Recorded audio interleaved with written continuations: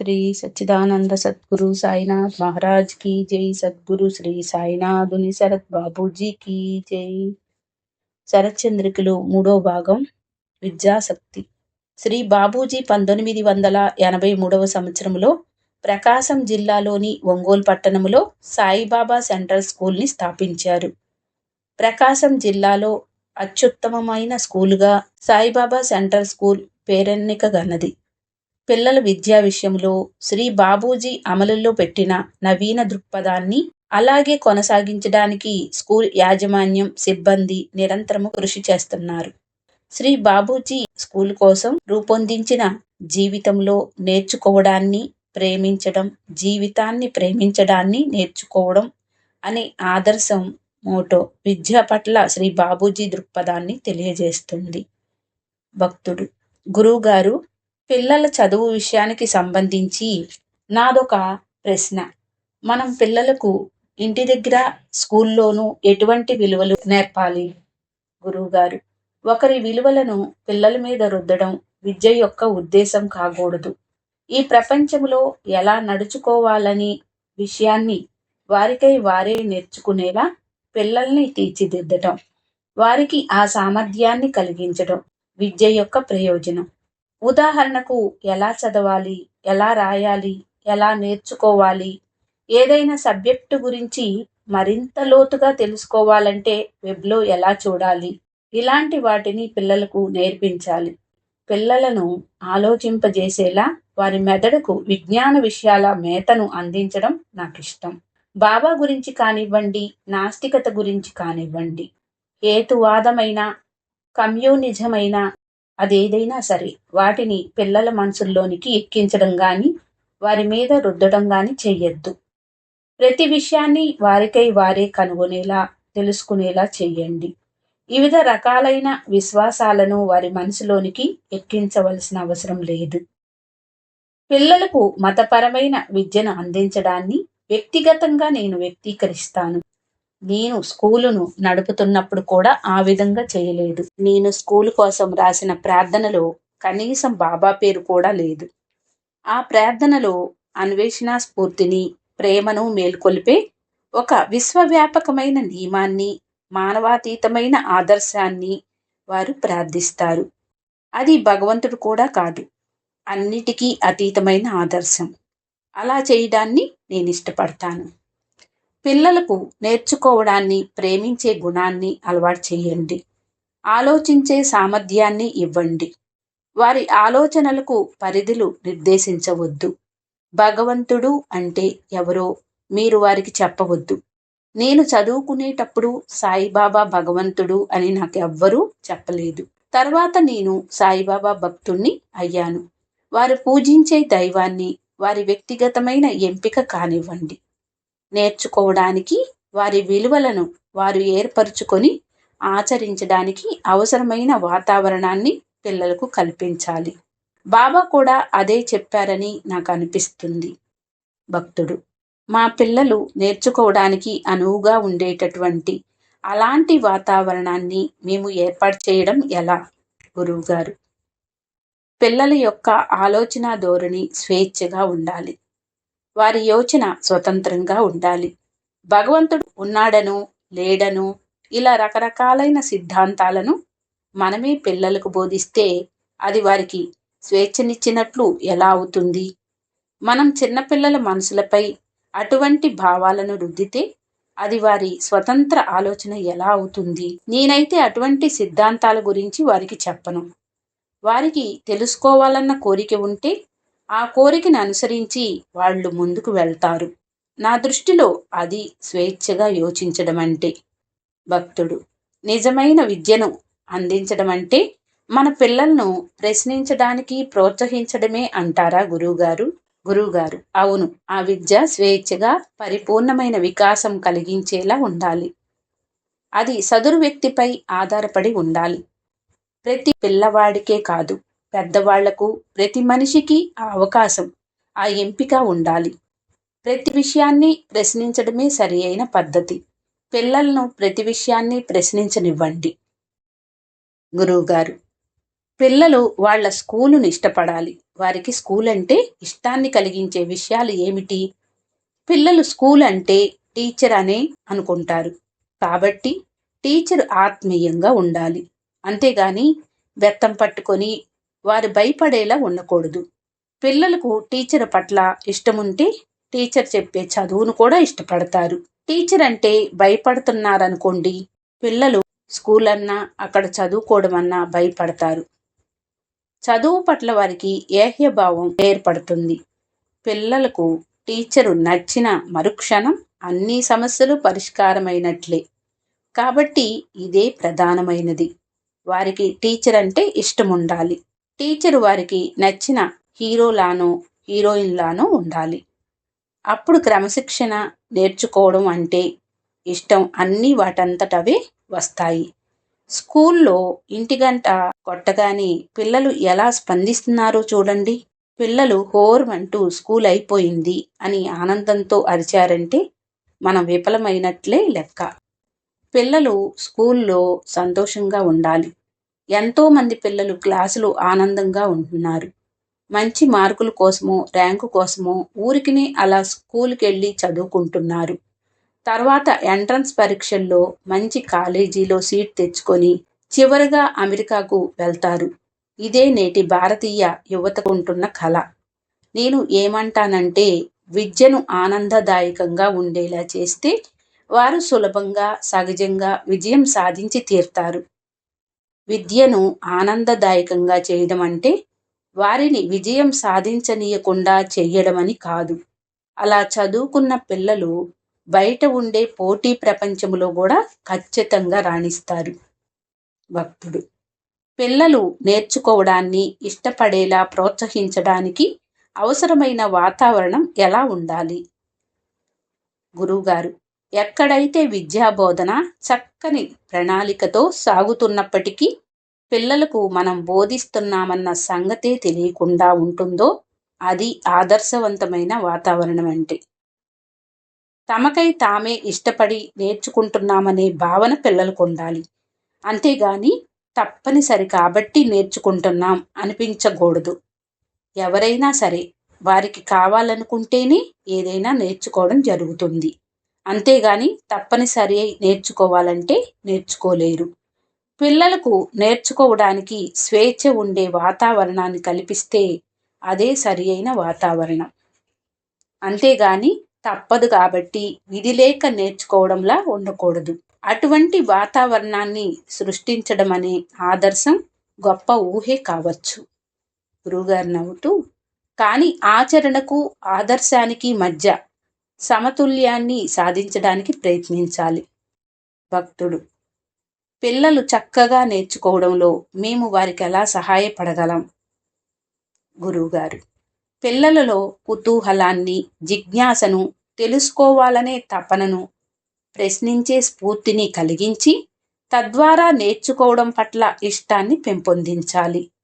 ఇది రగిలింప చేయగలిగితే చాలు. మనం వాళ్లకు బోధించినా బోధించకపోయినా పిల్లలు నేర్చుకుంటారు. పిల్లలే కాదు ఎవరైనా నేర్చుకుంటారు. ఇదే దానికి కీలకము సూత్రము కూడా. పిల్లలలో నేర్చుకోవాలనే ఉత్సాహాన్ని కలిగించడానికి, వారిని ఆ ఉత్సాహంతో నింపడానికి విద్యా విషయంగా ఇప్పటి వరకు పరిశోధించి తెలుసుకున్న విషయాలన్నీ ఈ సూత్రములో ఇమిడిపోతాయి. ఆసక్తి ఉంటే పరిశీలన సహజంగానే వస్తుంది. ప్రకృతిని పరిశీలించండి అని పిల్లలకు చెప్పేస్తే సరిపోదు. వాళ్ళు దానికి సరే పరిశీలించాము అయితే ఏమిటి అంటారు. ఎందుకంటే అక్కడ వాళ్ళు మీరు చెప్పిన దానిని మొక్కుబడిగా చేశారు. ఇటువంటి పరిశీలన వలన ఎటువంటి ఉపయోగం ఉండదు. ముందు జిజ్ఞాస ఉండాలి. అప్పుడు పరిశీలనకు అర్థం ఉంటుంది.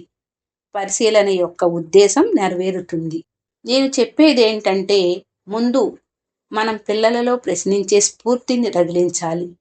ఒకవేళ మనం ఒక విషయాన్ని పిల్లవాడికి నేర్పించదలిచినప్పటికీ మొదట మనం ఆ పిల్లవాడికి ఆసక్తిని రేకెత్తించే ప్రశ్నలతో మొదలు పెట్టాలి. ఏదైనా క్రొత్త విషయాన్ని కనిపెట్టే ముందు శాస్త్రజ్ఞుణ్ణి మనస్థితిని ఎలా ఉంటుందో అటువంటి మనస్థితిని వారిలో కలిగించాలి. ముఖ్యంగా ఎక్కువగా కొత్త కొత్త ఆవిష్కరణలు జరిగే గణితం, పరిసరాల విజ్ఞానం, సైన్సు మొదలైన అంశాలలో ఈ పద్ధతిని ప్రవేశపెట్టడం తేలిగ్గా ఉంటుంది. ముందు పిల్లల్ని ఏదైనా విషయాన్ని గురించిన ప్రశ్నలతో ప్రేరేపించండి. వారి మనసు ఎప్పుడూ సంభ్రాశ్చర్యాలతో ఉండాలి. ఆ తర్వాత మీరు వేసిన ప్రశ్నలకు మీరే సమాధానాలు చెప్పండి. మీరు ప్రశ్నలు వేయడం వలన సమాధానం ఏమై ఉంటుందో అని పిల్లలు తెలుసుకోవాలనుకుంటారు. ఆ సమాధానం పట్ల వారిలో ఆసక్తి కలుగుతుంది. తర్వాత మీరు సమాధానం చెప్పినప్పుడు అది ఆకలితో ఉన్నవారికి ఆహారం అందించినట్లవుతుంది. అంతేగాని కేవలం సమాచారం కుమ్మరిస్తే పిల్లలు దానిని గ్రహించలేరు. ఎందుకంటే వారికి తెలుసుకోవలసిన అవసరమూ లేదు. షేక్స్పియర్ ఎప్పుడు పుట్టాడో పిల్లలకు తెలియాల్సిన అవసరం ఏముంది? అది వాళ్ళకు అవసరం లేదు. ఎలిజబెత్ మహారాణి శకం ఏమిటి? విక్టోరియా మహారాణి ఎప్పుడు సింహాసనం అధిష్ఠించింది? ఎవరికి కావాలి ఇవన్నీ? ఇవన్నీ తెలుసుకోవడం వాళ్ళ అవసరం కాదు. కానీ వాళ్ళకి అవన్నీ తెలియాలని అందరూ ఆశిస్తారు. కాబట్టి వాళ్ళు బట్టి గుర్తు పెట్టుకోవడానికి ప్రయత్నం చేస్తారు. అంతకుమించి వాళ్ళు చేయగలిగింది మాత్రం ఏముంది? మనం భారతీయ విద్యావస్థలో భాగం కనుక చదువు విషయంలో అలా కంఠస్థం చేయడాన్ని కాదనలేము. మనం దాన్ని మార్చలేము. పిల్లలు పరీక్షలు రాయాలి, మిగతా వారితో పోటీ పడాలి, సమాజంలో మంచి స్థానంలో ఉండాలి. కాబట్టి గుర్తు పెట్టుకోవడాన్ని, కంఠస్థం చేయడాన్ని మనం ప్రక్కన పెట్టలేము. కానీ దానికి కాస్త మరేదైనా జత చేయవచ్చు. కాస్త ఆసక్తిని కలిగించే రుచిని జోడించవచ్చు. ఇదంతా పిల్లలు వయసును బట్టి, పరిణితిని బట్టి, వారికి తగిన సందర్భాన్ని, మానసిక స్థితిని సృష్టించగలిగిన మన సామర్థ్యం మీద ఆధారపడి ఉంటుంది.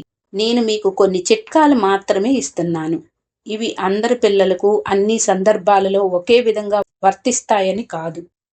గురువుగారు, పిల్లల చదువు విషయంలో ప్రీ స్కూల్ అత్యంత ముఖ్యమైనది. మనసు వికసించే ఆ చిన్న వయసులోని మనం పిల్లలలో నేర్చుకోవడం పట్ల ఇష్టాన్ని కలిగించగలం. అది నిర్ణయాత్మకమైన సమయం.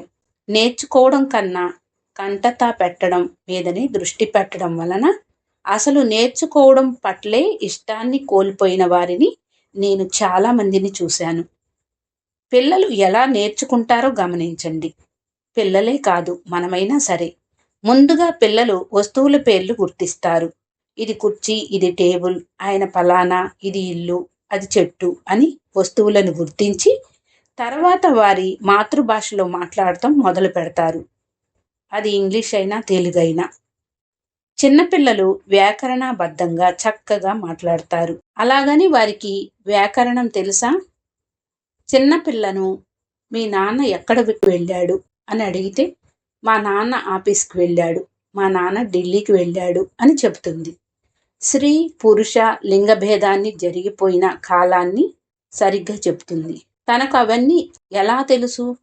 ఆ వ్యాకరణాన్ని ఎవరు నేర్పించారు? చుట్టుప్రక్కల వారి మాటలు విని ముందు మాట్లాడటం నేర్చుకుంటుంది. తదుపరి వ్యక్తీకరణ అవసరమైనప్పుడు రాయడం అనే విషయం వస్తుంది. కానీ భారతదేశంలో చదువు ముందు రాయటంతో మొదలవుతుంది. కాబట్టి నేర్చుకునే పద్ధతి మొత్తం తలక్రిందులుగా ఉంటుంది. ముఖ్యమైన విషయం ఏమిటంటే చదువు నేర్చుకోవడం పిల్లలకు ఒక ఆటలా ఉండాలి. కారణం వాళ్ళ దృష్టిలో నేర్చుకోవడానికి ఒక అర్థము లేదు. స్కూలుకు వెళ్ళిన మరుక్షణం నుండి వాళ్ళకి అక్షరాలు నేర్పిస్తారు. అసలు వాళ్ళెందుకు అక్షరాలను నేర్చుకోవాలి? నిజానికి అది అర్థం లేని పని. 3-4 ఏళ్ల పిల్లలకి ఏం అర్థమవుతుంది? ముందు మనం చేసే అర్థరహితమైన విషయాల పట్ల మనకు అవగాహన ఉండాలి. కాబట్టి పిల్లలకు వీటిని కాస్త అర్థవంతంగా ఉండేలా చేయడానికి ప్రయత్నించాలి. అది ఎలా అనే విషయం టీచర్ ప్రతిభపై ఆధారపడి ఉంటుంది. చాలా వరకు ఈ కారణంగానే విద్యా విధానం పిల్లలు నేర్చుకునేలా చేయడంలో విఫలమవుతుంది.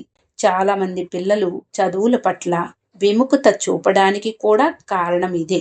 వాళ్లకు స్కూలుకి వెళ్ళడం అంటేనే అయిష్టం. వాళ్లకు వాళ్ళ టీచర్ అన్నా అయిష్టమే. ఎందుకంటే టీచర్లు వీళ్ల చేత వీళ్లకు ఇష్టం లేని పనులు చేయిస్తారు కాబట్టి.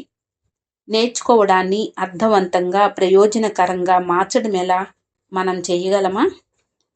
మన ప్రయోగాత్మకంగా ఆ దిశగా ప్రయత్నిద్దాం. అందుకనే ముందు నేను నేర్చుకోవడాన్ని ఇష్టపడేలా చేయడం ముఖ్యమని చెప్పాను.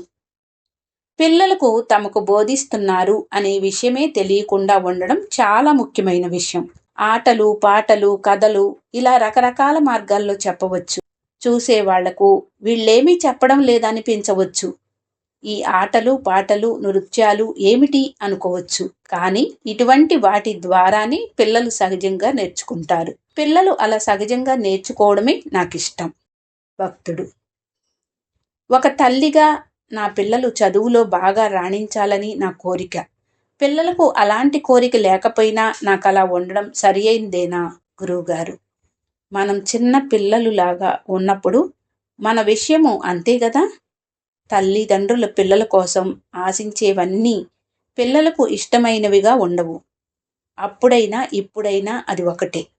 మీ పిల్లల స్థానంలో మీరుండి చూడండి, అప్పుడు సమస్య ఉండదు. అలాంటి కోరిక ఉండడం మంచిది. పిల్లలు కూడా వ్యక్తులే.